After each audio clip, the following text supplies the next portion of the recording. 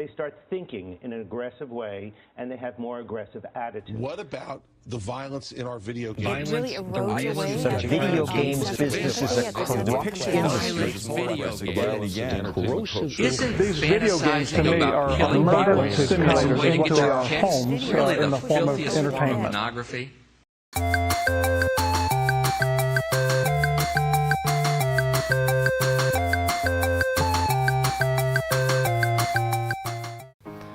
Game Changers is an organization founded on supporting children fighting rare diseases and the caregivers who support those children. We go about supporting those incredible individuals through video games, be it through our fundraising tournaments to support them monetarily or video games.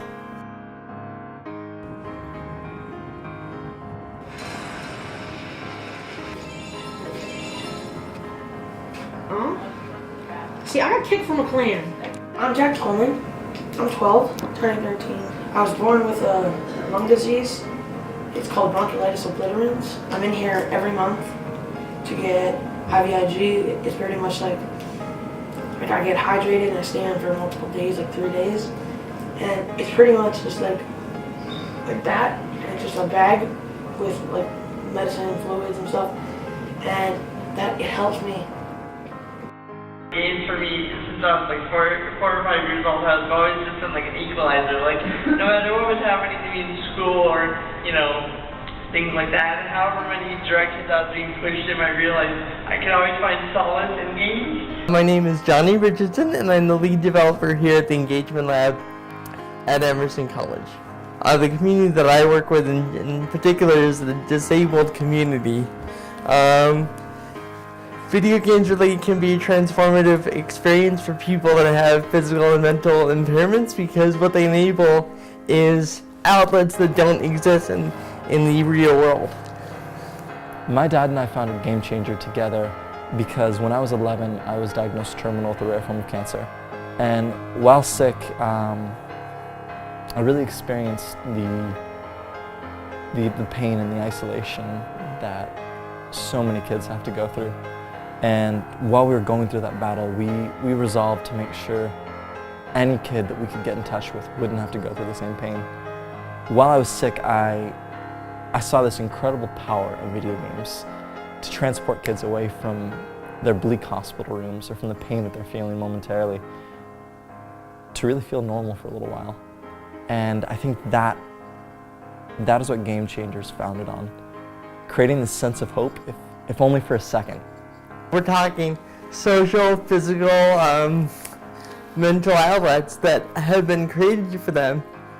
So if you can imagine somebody that's wheelchair bound, a game is suddenly this outlet in which they can forget about that disability and just be whoever they want to be.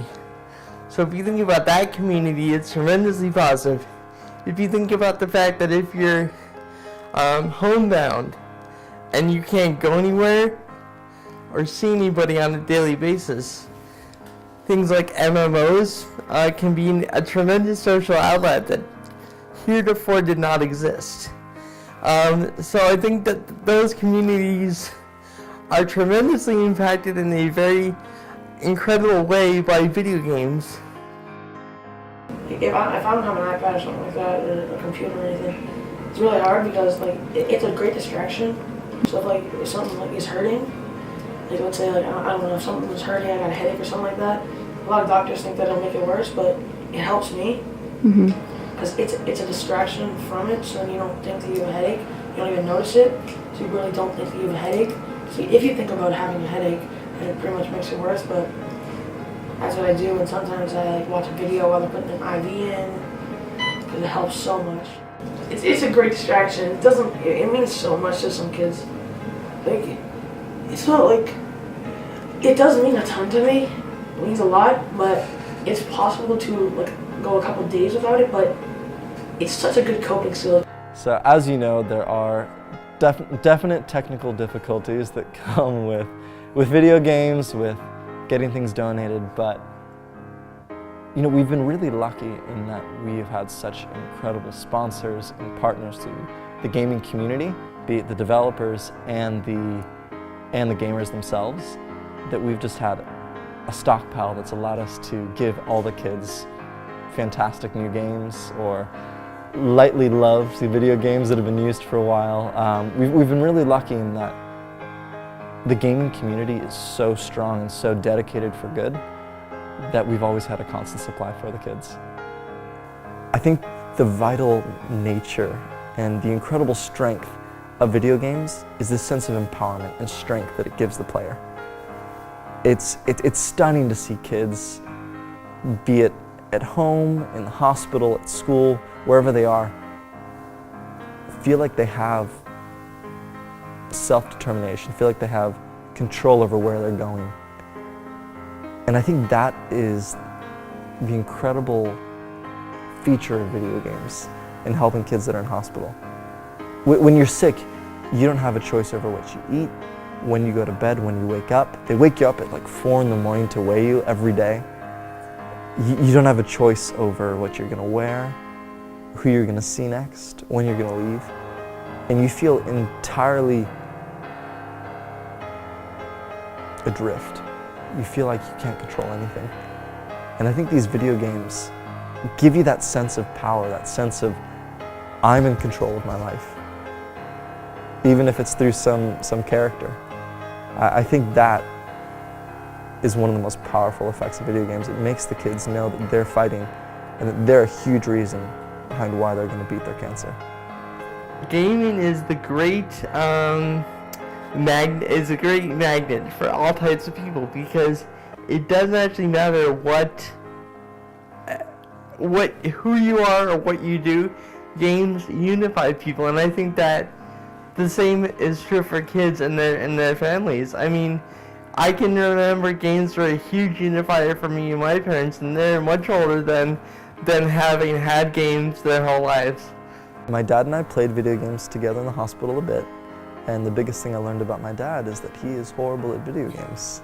So if I was having a really bad day, I'd play them to feel a little bit better about myself, because admittedly I'm not very good at video games for someone my age, but yeah, it was a really nice bonding experience for us where we could sit down together and play a little game.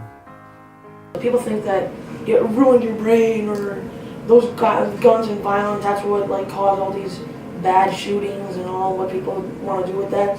But that's not true. It's mostly how their parents raised them.